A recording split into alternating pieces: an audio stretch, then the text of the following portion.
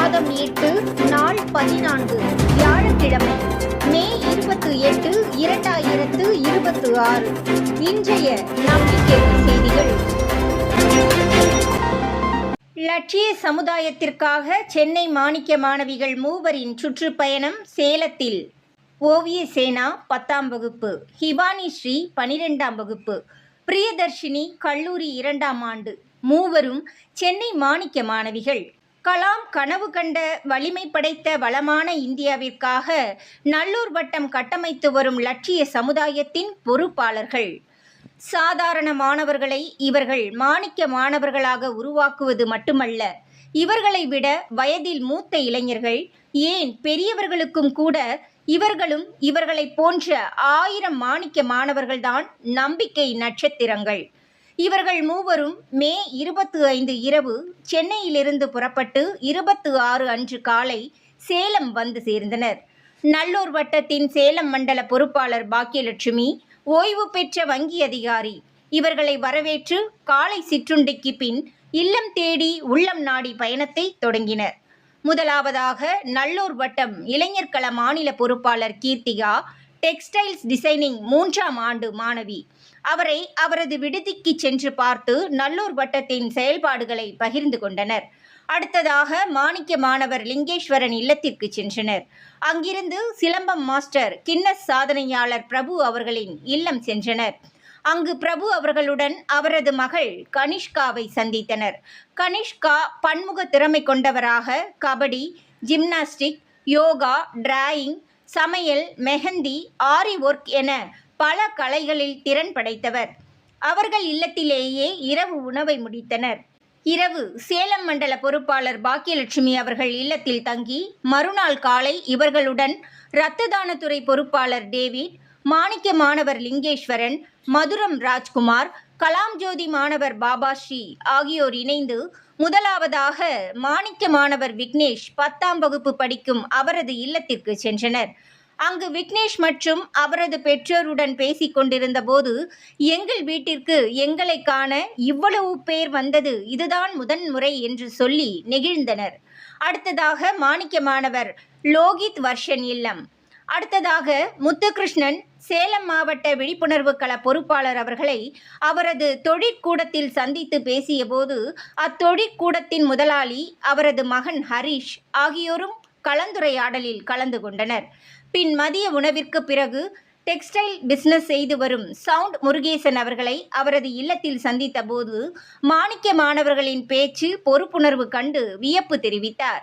அடுத்ததாக மாற்றுத்திறனாளித்துறை மாநில பொறுப்பாளர் சக்திவேல் அவர்கள் இல்லத்தில் அப்பா குமரவேல் மற்றும் அம்மா சரஸ்வதி அவர்களுடன் சந்திப்பு.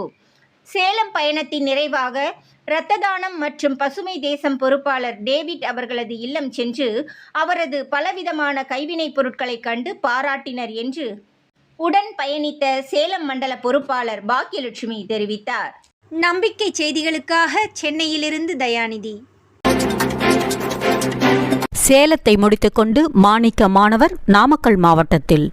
தமிழகம் நெடுகிலும் இல்லம் தேடி உள்ளம் நாடி பயணம் மேற்கொண்டுள்ள மாணிக்க மாணவர் மே 27 காலை நாமக்கல் மாவட்டம் ராசிபுரம் வந்து சேர்ந்தனர். அங்கு நாமக்கல் மாவட்ட பொறுப்பாளர் வழக்கறிஞர் சிவலீலா ஜோதி தமது இல்லத்தில் வரவேற்றார். பிறகு அனைவரும் இணைந்து முனைவர் ரா சிவகுமார், அடுத்து ராசிபுரத்தில் பத்திரிகையாளர் ரமேஷ் கிருஷ்ணன் ஆகியோரை சந்தித்து நல்லூர் வட்டத்தின் கடந்த கால செயல்பாடுகளை விளக்கியதாக நாமக்கல் மாவட்ட பொறுப்பாளர் வழக்கறிஞர் சிவலீலா ஜோதி தெரிவித்தார். நம்பிக்கை செய்திகளுக்காக புதுச்சேரியிலிருந்து கவிதாராஜ். கிராமத்தை கிராமியமாக்க உறுதி பூண்ட கொத்தமங்கலம் மாணிக்க மாணவர்கள். சிவகங்கை மாவட்டம் கொத்தமங்கலத்தில் 29 மாணிக்க மாணவர்களை நல்லூர் வட்டம் கண்டறிந்துள்ளது. இவர்களில் 4 பேர்கள் வையத் தலைமைக்குள் தலைமைத்துவ பயிற்சியினையும் பெற்றுள்ளனர். இவர்களது அடுத்த கட்ட செயல்பாடு தமது கிராமத்தில் வாரந்தோறும் ஞாயிற்றுக்கிழமை மாலை 4 மணிக்கு சந்திப்பது. தமது கிராமத்தில் கிராம வளர்ச்சி குழுவினை உண்டாக்கி கிராமத்தை கிராமியமாக உருவாக்குவது. இப்போது நமது பார்வையில் கிராமம் என்றால் பஞ்சாயத்து அலுவலகம், ரேஷன் கடை, தார் சாலை, பள்ளி, ஆரம்ப சுகாதார நிலையம், கால்நடை மருத்துவமனை ஆகியவை. கிராமியம் என்றால் பாரம்பரிய விவசாயம், மாடு, ஆடு, கோழி, கோயில், குளம், ஆலமரம், அரசமரம், வேப்பமரம், திருவிழாக்கள், வேற்றுமைகள் இன்றி அனைவரும் மாமன் மச்சான் உறவு, பாட்டி வைத்தியம், திண்ணை, வீட்டிற்கு வெளியே தினமும் காலை மாலை இருவேளையும் அடுத்த வீடு வரை கூட்டி பெருக்கி சாணம் தெளித்து கோலமிடுவது போன்றவை. வைய தலைமைக்கொள் முகாமில் இதனை கேட்ட மாணவர் தமது கிராமத்தை இப்படி உருவாக்க முடியும் என்ற நம்பிக்கையுடன் களம் இறங்கியிருப்பதற்கு நல்லூர் வட்டத்தின் மாணிக்க மாணவர் துறை மாநில பொறுப்பாளர் மனோஜ் பாராட்டுக்களை தெரிவித்துள்ளார். நம்பிக்கை செய்திகளுக்காக புதுச்சேரியிலிருந்து கவிதாராஜ். கொத்தமங்கலம் மாணிக்க மாணவர் களத்தில். சிவகங்கை மாவட்டம் கொத்தமங்கலம் மாணிக்க மாணவர் தமது கிராமத்தை கிராமியமாக்க உறுதி பூண்ட செய்தியினை தொடர்ந்து இன்று அந்த மாணிக்க மாணவர் கொத்தமங்கலம் பிள்ளையார் கோயில் அருகில் களப்பணியில் இறங்கினர். இந்த காட்சியை காண்பவர்கள் இதை ஒரு சாதாரண பாராட்டுகளுடன் கடந்து சென்றால் அது இந்த நாட்டின் துரதிர்ஷ்டம். இதனை மிக ஆழமாக ஆராய்ந்து புரிந்தால் இந்த நாட்டின் எதிர்காலம் ஒளிமயமாவது உறுதி என்கிறார் மாணிக்க மாணவர் துறை மாநில பொறுப்பாளர் மனோஜ். நம்பிக்கை செய்திகளுக்காக சேலத்திலிருந்து சி. ஹரிஸ்வேதா. விவசாய கூலி தொழிலாளர்களுடன் அமைப்பு சாரா தொழிலாளர் துறை மாநில பொறுப்பாளர் மார்கோஸ் இன்று காலை 7 மணிக்கு தேனி மாவட்டம் எரசக்க நாயக்கனூர் விவசாய கூலி தொழிலாளர்களை அவர்கள் பணியாற்றும் வயல்வெளிக்கே சென்று பார்த்து பேசினார். அப்போது தெரிய வந்தது, விவசாயத்துறையில் ஆட்கள் பற்றாக்குறையின் காரணமாக இவர்கள் கனியம்பட்டி என்னும் கிராமத்தில் இருந்து எரசக்க நாயக்கனூர் வந்து வேலை செய்கிறார்கள். வீட்டில் இருந்து காலை 6:20 மணிக்கு கிளம்பி 7 மணிக்கு வேலையை தொடங்கி மதியம் 2 மணிக்கு வேலை முடிக்கிறார்கள். இவர்களது பணி நிழலில் அல்ல, வெயிலில்தான் என்பது சொல்லித்தான் தெரிய வேண்டுமா என்ன? வேலை அதிகம் இருந்தால் மாலை 6 மணி வரை கூட வேலை செய்கிறார்கள். இதில் மாணிக்கம் அம்மா அனைவருக்கும் பொறுப்பேற்று ஆட்களை வேலைக்கு கூட்டி வருகிறார். இவர்களுக்கு ஒரு நாள் சம்பளம் 300 ரூபாய். வீடுகளிலிருந்து ஆட்டோவில் வருகிறார்கள் என்ற தகவலை மார்கோஸ் தெரிவித்தார். லட்சிய சமுதாய கட்டமைப்பில் பொறுப்பேற்ற அனைவரையும் ஒரே குடும்பமாக்கி வரும் இல்லம் தேடி உள்ளம் நாடி.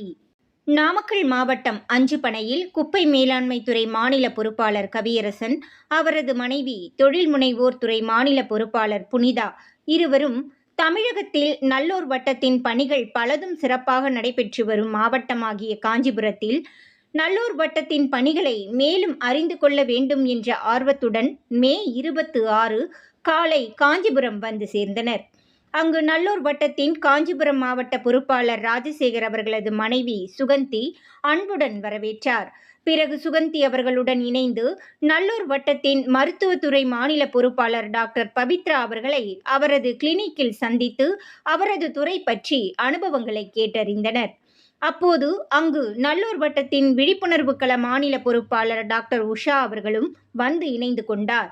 அதனைத் தொடர்ந்து தொழில் முனைவோரான செல்வமேகலை அவர்களை சந்தித்து செல்வி இயற்கை முறையிலான குளியல் பொடி, மஞ்சள் பொடி, ரோஜா சோப்பு, கேரட் பீட்ரூட் சோப்பு தயாரித்தல் பற்றி கேட்டறிந்தனர். இது புனிதா அவர்களின் துறை சார்ந்ததாக அமைந்தது குறிப்பிடத்தக்கது. அடுத்ததாக அனைவரும் இணைந்து நல்லூர் வட்டத்தின் மாநில வழிகாட்டியும் காஞ்சிபுரம் குமரன் ஸ்டீல்ஸ் நிறுவனத்தின் உரிமையாளருமான அன்பு அவர்கள் இல்லத்திற்கு சென்றனர். அடுத்ததாக புதுப்பாக்கம் கிராமத்தில் நல்லூர் வட்டம் 100 துறை 10 களங்களின் ஒருங்கிணைப்பாளர் ஸ்ரீதர் பச்சையப்பன் அவர்களை அவரது இல்லத்தில் சந்தித்தனர். அடுத்து ஓர் உலகு கள மாநில பொறுப்பாளர் கீதா கந்தவேல் அவர்களது இல்லம். இறுதியாக இரவு விழிப்புணர்வு கள பொறுப்பாளர் உஷா அசோக் அவரது இல்லத்தில் 7வது சுவையான அன்பையும் சேர்த்து இரவு உணவுடன் காஞ்சிபுரம் நல்லூர் வட்டம் லட்சிய சமுதாய தரிசனம் சிறந்த செயல்பாடுகளின் அனுபவங்களுடன் நிறைவடைந்ததாக கவியரசன் புனிதா தம்பதியினர் தெரிவித்தனர். நம்பிக்கை செய்திகளுக்காக சென்னையிலிருந்து தயாநிதி. இத்துடன் இன்றைய நம்பிக்கை செய்திகள் நிறைவடைந்தன.